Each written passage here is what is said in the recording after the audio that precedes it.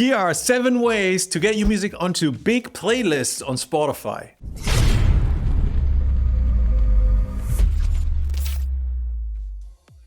Hey, it's John here at Hyped It.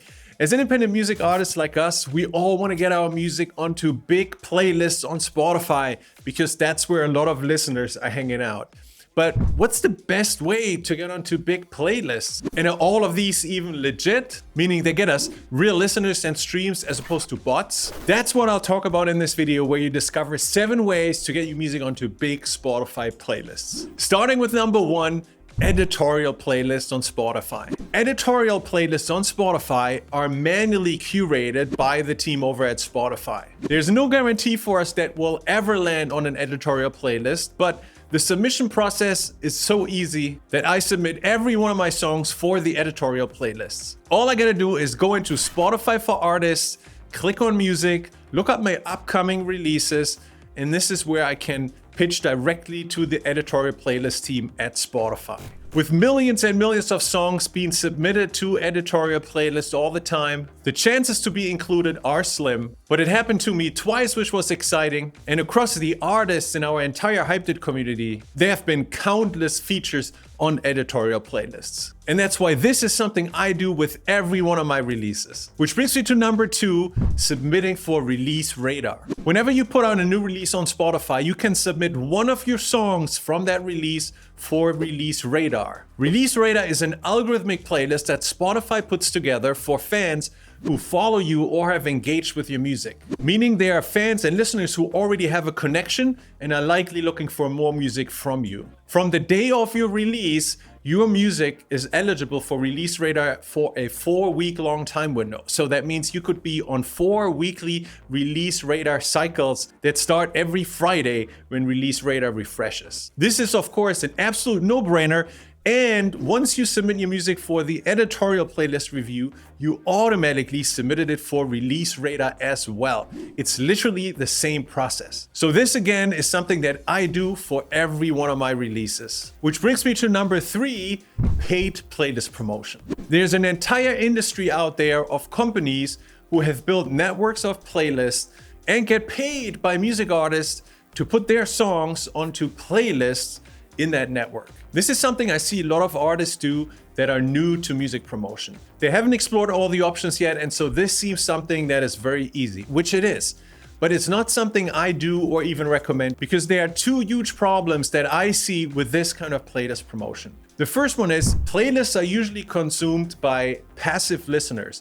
That means those are listeners that could be driving a car, sitting in a coffee shop, working out at the gym, and they listen to music in the background of a playlist, but they don't really pay attention to every one of the songs, nor the artists of those songs. And that means even though you get a listener count and a stream count whenever your song comes up in the playlist on Spotify, you're not really building a fan base and an audience. These listeners come and go. They are there for the playlist and not for your music. And this is super easy to see when you look at the metrics in Spotify for artists that come from playlist promotion. Once your song gets included on a playlist, you typically see your listeners jump up, stay at a certain level as long as you're on the playlist, and then drop right back to 0 once your song gets removed from the playlist. And that's because these listeners, they don't stick around. They're very unlikely to stay engaged with your music. And the second problem is that it is extremely hard to tell whether the listeners that you're getting off the playlist are actually real or bots. And with Spotify going after songs that get bot streams more than ever, this is just a risk that I'm not willing to take. I want an engaged fan base. I want to know they're real. And for that reason, paid playlist promotion is something I don't do. And that brings me to number 4, playlist marketplaces. This is what I call a group of websites or platforms such as SubmitHub or Groover that have established themselves as middlemen between playlist curators that have built playlists and list on this marketplace and music artists who want to submit their music to these playlist curators. Some of these marketplaces have some free credits to be used, but if you want to use it at scale, usually you have to put some money into it as well. But the nice thing is you pick specific playlists that you want to submit to, and you get feedback from the curators. So they'll let you know what they like or what they didn't like about your song, or what they felt it was a match or it wasn't a match for the playlist. And so over time, you can customize the list of playlists that are very likely to accept your music and then keep submitting new releases and new songs to them. I like the transparency of these marketplaces a lot better compared to what the big paid playlist promoters out there offer. But sadly, the same challenges remain. You get on a playlist, your results go up, you come off the playlist, your results drop back, and you don't really know whether the traffic that's hitting those playlists are real listeners or bots. And so for that reason, it's also something that I'm not currently doing for my music. And that brings me to number 5, submitting to Spotify playlist curators directly. If you go on Spotify and you search for playlists in your genre, you'll be surprised by how many of these playlists actually have their contact information in the playlist description. Sometimes it's an email address, sometimes it's a link to an Instagram account that you can send DM messages to, but it's ways of communication that the curators of these playlists have built into their playlist description in order to encourage music artists to submit their demos. Another way of contacting curators behind playlists also is to look at the account that owns the playlist, and if it's a person with an avatar, you might be able to find that same person on Facebook or Instagram and message them this way. And you can do all of this to literally build a list of playlists that you can directly be in touch with and submit new songs when you release them. There's of course no guarantee that any of these curators are going to include your music, but if you have a chance to build a relationship and reputation with them over time, chances are you will get some of your music featured on these playlists that you included in your own playlist network. I've seen several artists invest time into building a contact list of playlists that they're using. There's never a 100% success rate, of course, but they did get some of their music featured on these playlists. So I think this is a pretty cool method if you have the time to invest. Now, if you're wondering, John, is this something you do with your music? Then my honest answer is no, I don't. And the reason is that I'm super cautious about the results that I get back for the time that I invest.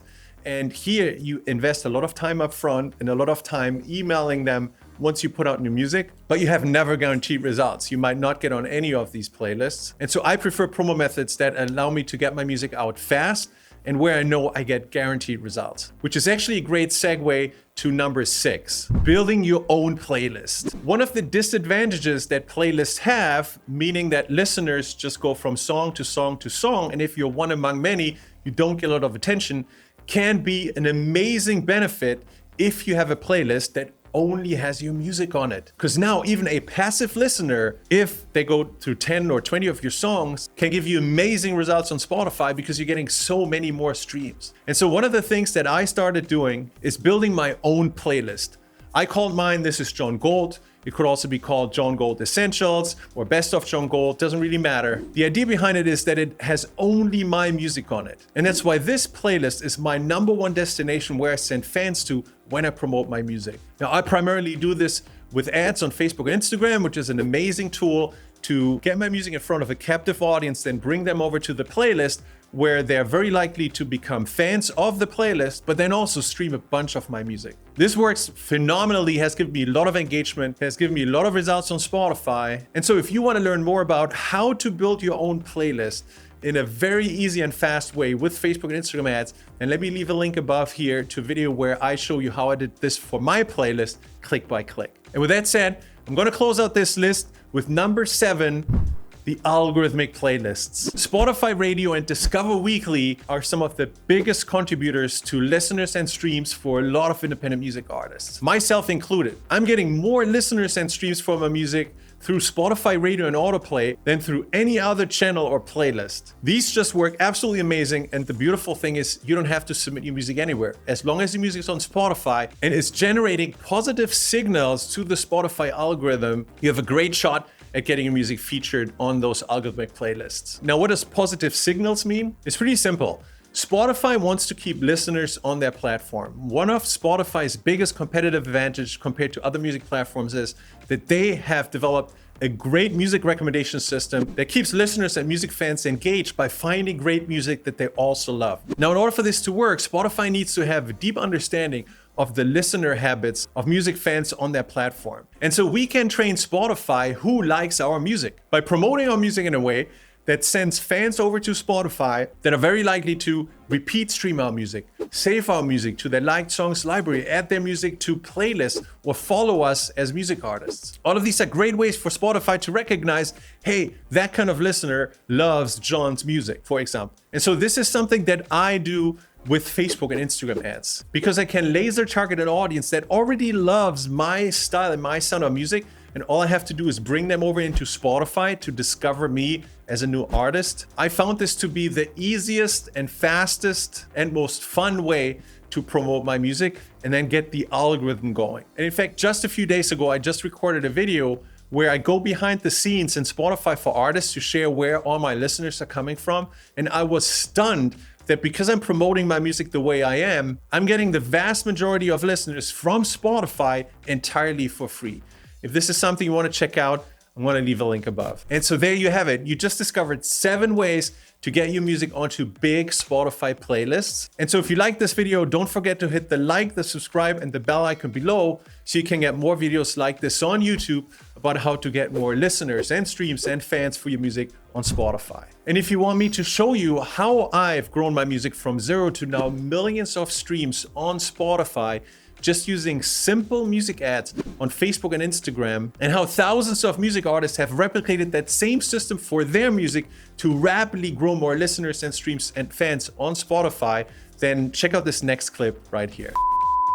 Want to get your music heard on Spotify with AI? I just launched a brand new video training program called the Spotify Growth Switch, where I show you how to start growing real listeners, real fans, and real streams on Spotify in less than 10 minutes using software and AI. I've used the Spotify Growth Switch system to now grow my music to over 7 million streams and tens of thousands of monthly listeners on Spotify. This works for any music genre. It gets you real fans and listeners super fast, and it's extremely easy to set up, literally just like flipping a spotlight switch for your music. Despite using AI, you don't need to know nothing about tech stuff in order to be successful with this. I've had the tremendous privilege of helping multiple tens of thousands of music artists grow their music on Spotify, many of which have grown to much larger numbers, lots more listeners, lots more streams than I have using the systems that I've taught. Makes me so proud of their success. And so if you want to get more real listeners, real fans, and real streams for your music fast using state-of-the-art software and AI, then click the link below this video and check out the Spotify Growth Switch. I can't wait to help you grow your music on Spotify, and I look forward to seeing you on the inside.